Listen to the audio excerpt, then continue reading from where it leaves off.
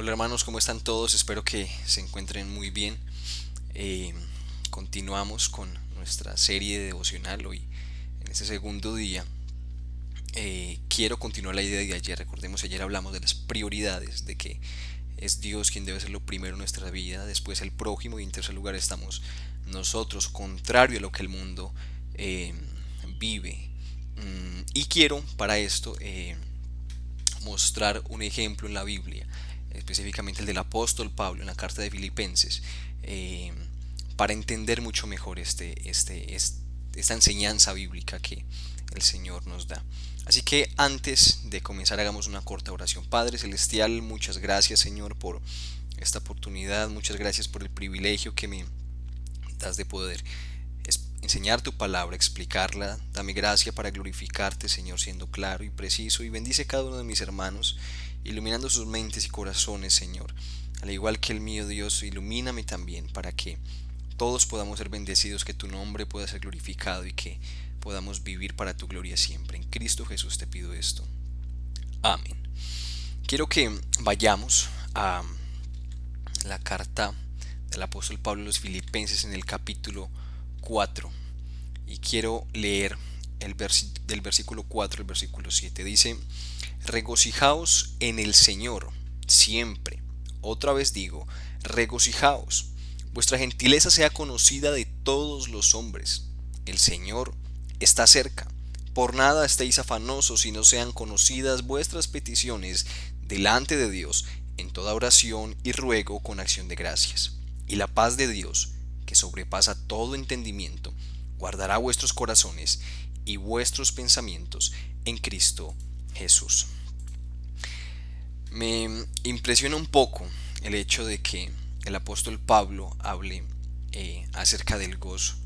Recordemos que el apóstol Pablo, cuando le escribe a los filipenses, él está preso, él es un preso en Roma, y él envía esta carta a los filipenses por medio de Epafrodito, este hombre que envió la iglesia para llevarle la ofrenda a él, y que a causa de la enfermedad de Epafrodito, él tiene tiempo para poder escribir esta carta y ahora él les agradece a través de esta carta, pero también los anima a vivir más para el Señor. Y entre esta exhortación que les hace, les dice que se regocijen, que se gocen. El apóstol Pablo está preso, pero está hablando de gozo, está hablando de alegría y parece ilógico, parece incongruente. ¿Quién de nosotros, estando en una situación difícil, pues el apóstol Pablo mismo está en una cárcel del siglo I en Roma? Las cárceles de hoy no tienen comparación a aquellas. Y él está exhortando a que se regocijen. Hermanos, ¿quién de nosotros haría eso? ¿Quién de nosotros, estando en una condición de necesidad, de vulnerabilidad, estaría preocupado por otros, olvidándose de sí mismo para animarlos a que se regocijen en el Señor? Ese es el resultado de lo que vimos ayer, de la comunión con el Señor, de priorizar al Señor en nuestra vida, que nos lleva a ver de manera diferente, a interpretar de manera diferente y por lo tanto a vivir de manera diferente, en respuesta a las circunstancias que el día a día nos traen. Así que lo que vemos en el apóstol Pablo es un claro ejemplo de esto. Él tiene a Dios como su máxima prioridad. Él solo se preocupa por el Señor y su reino. Después por la iglesia. Él está preocupado por los hermanos. Él está preocupado, leemos en la carta al principio, que él ruega a Dios y da gracias por los hermanos. Y luego también vemos que el apóstol se regocija porque el evangelio es predicado. Así que es muy claro de que el orden de prioridades lo tiene muy claro Pablo. Él sabe que Dios es lo más importante, que la iglesia, que sus hermanos o prójimo es lo segundo más importante. Y él se olvida de sí mismo. Él está en último lugar. Él se preocupa por los demás. Regocíjense en el Señor. Vivan para el Señor. Glorifiquen al Señor. Y los exhorta estando en esta gran situación de debilidad. Quiero volver a leer eh, el versículo 5. Vuestra gentileza sea conocida de todos los hombres. Vuestra gentileza sea conocida de todos los hombres. Es un resultado, este es un resultado de gozarse en el Señor. Cuando nos deleitamos en el Señor, que de hecho es el principal propósito para el cual fuimos creados. Entonces los hombres pueden ver en nosotros el resultado de eso, nuestra gentileza, pueden ver ese gozo, pueden ver esa paz que inunda el corazón del cristiano. Hoy estamos viviendo situaciones muy complicadas. Hoy el mundo está en caos, pero recuerdo esas palabras de, si mal no estoy, fue Steven Lawson quien dijo: mientras en la tierra hay caos, en el cielo hay solo planes. Mientras en la tierra hay caos, en el cielo solo planes. Dios sigue en su trono, Dios sigue teniendo el control de todo. Y nosotros como cristianos, sabiendo quién es nuestro Dios, como hablábamos ayer, vamos a actuar diferente.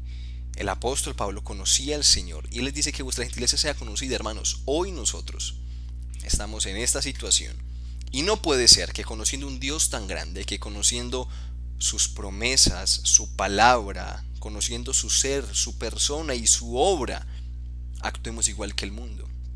Hermanos, no podemos ser hipócritas, no podemos negar el carácter perfecto de Dios, no podemos negar su soberanía, no podemos negar su poder, no podemos negar todas sus perfecciones, hermanos, viviendo como si no existiera, asustándonos ante la más mínima amenaza, asustándonos por lo que ni siquiera ha sucedido.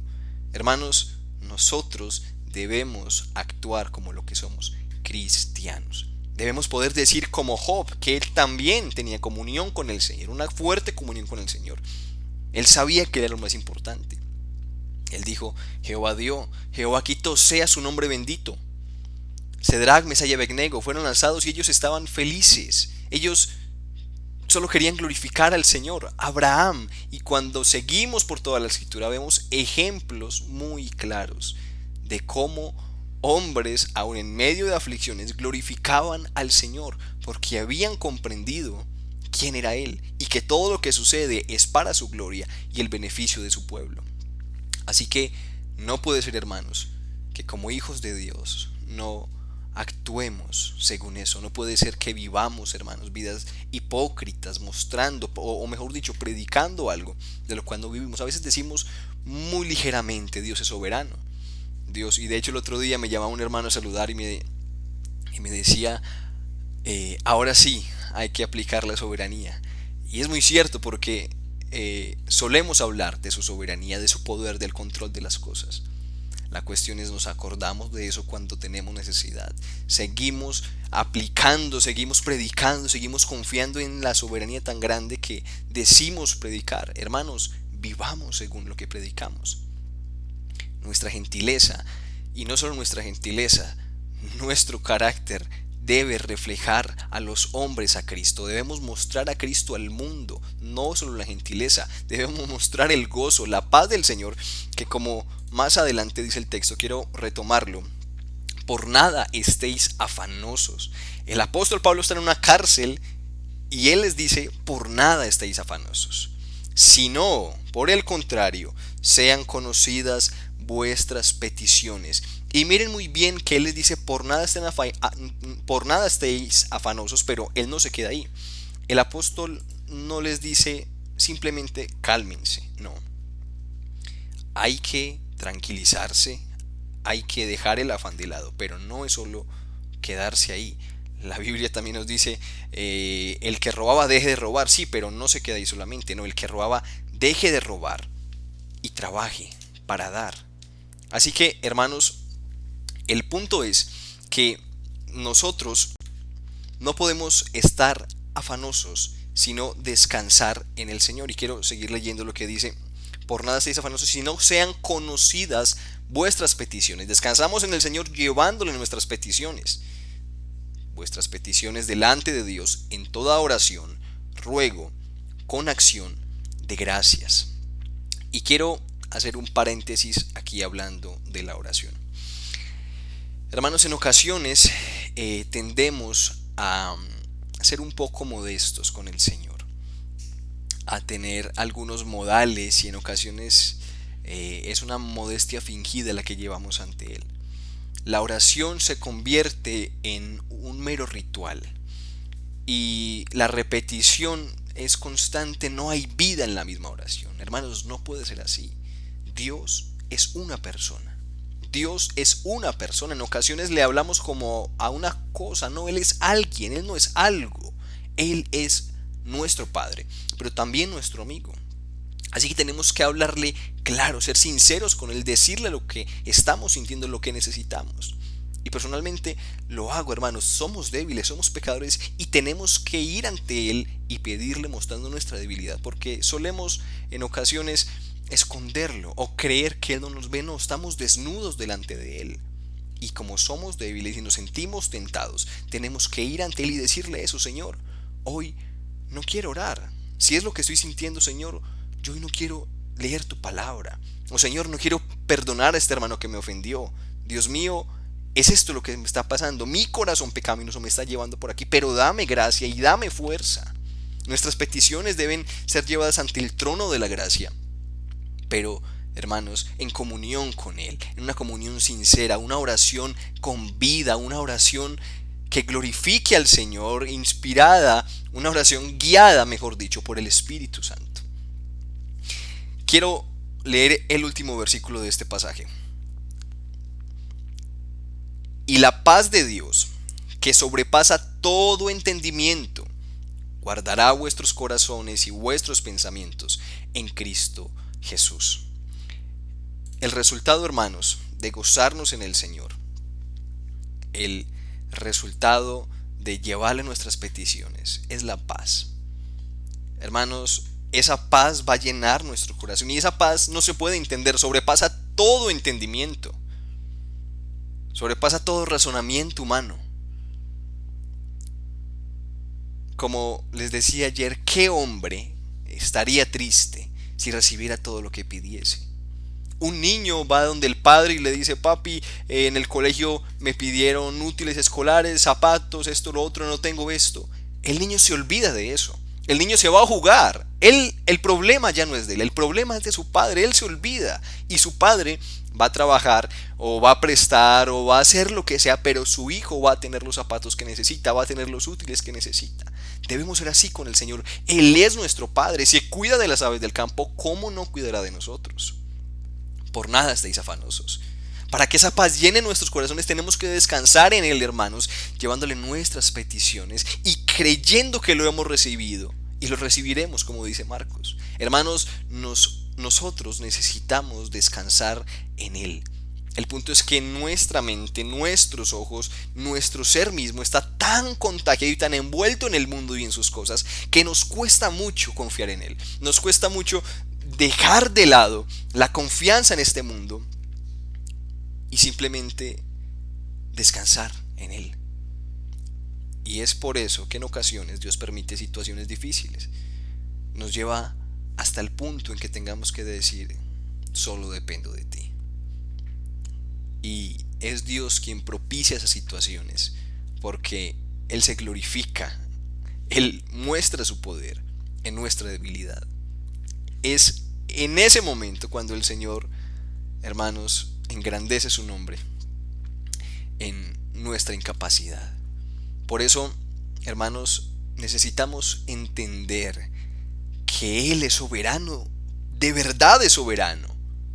Que Él está aquí conmigo, está allá con usted en este momento. Él está con nosotros cada momento y nos protege y nos guarda. No hay que esperar hasta el momento de la debilidad, no hay que esperar hasta el momento de la prueba, de la tentación, para en realidad creer que Dios puede rescatarme. ¿Por qué esperar a la tragedia para cambiar de decisión? ¿Por qué esperar hasta el último momento para aprender? Hemos visto en la Biblia ejemplos como David, muchos hombres, hermanos, que pecaron, y ejemplos de nuestros hermanos en la iglesia que muchos han tenido difíciles pruebas, difíciles procesos. ¿Por qué esperar a eso? Hermanos, y es ahí donde es la palabra del Señor, y es ahí donde la escritura, es ahí donde la oración y la comunión con el Señor nos ayuda a ver hacia arriba, porque como les decía, el plano horizontal es el que usualmente solemos tener más en cuenta. Y cuando viene un problema tendemos a pensar y no tenemos paz.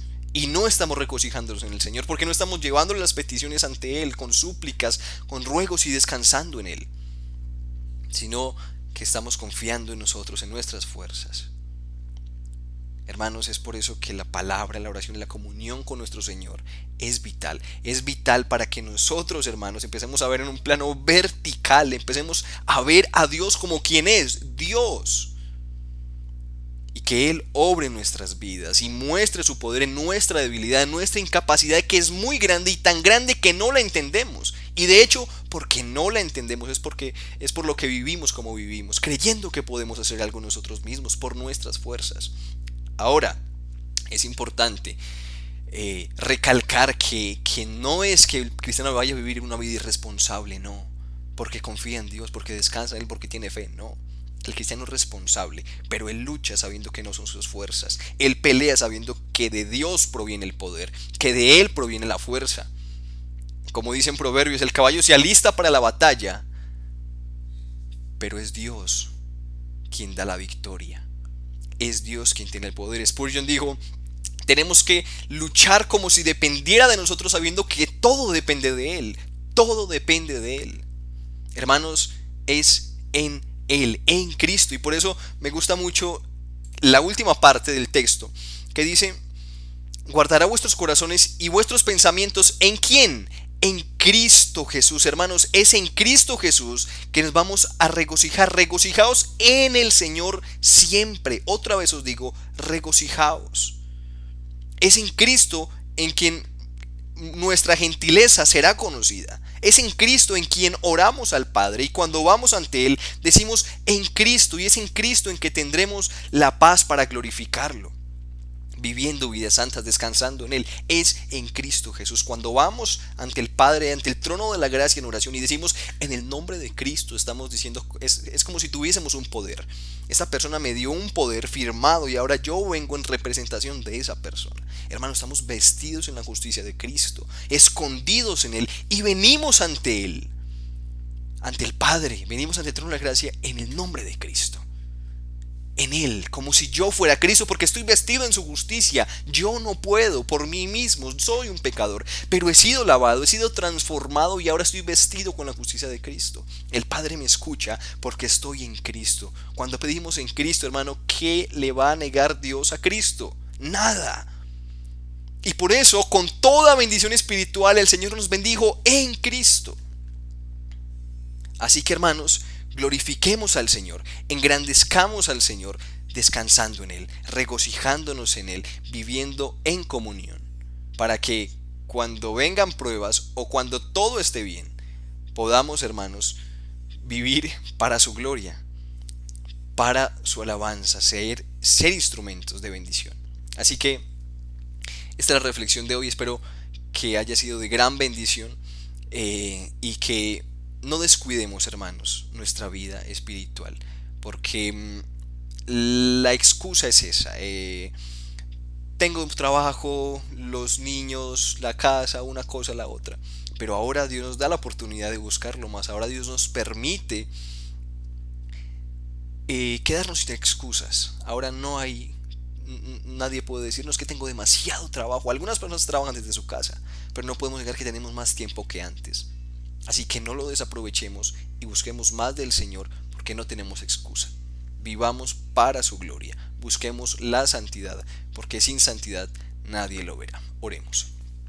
Muchas gracias, Señor, por esta tu palabra. Muchas gracias por tu amor en Jesucristo, en quien nos has salvado, en quien estamos, en quien venimos ante tu santo trono de gracia a agradecerte, a pedirte, a glorificarte, a adorarte. Dios mío, perdónanos porque nosotros nos olvidamos de ti, Señor, nos olvidamos de quién eres y de lo que has hecho. Permítenos vivir para tu gloria, Señor, entendiendo más de tu carácter perfecto, entendiendo más de tus grandes atributos, Señor, de tu inefable amor. Permítenos, Señor, comprenderte más, crecer en el conocimiento y en la gracia, para que nuestras vidas sean transformadas y el mundo pueda ver a Cristo en nosotros.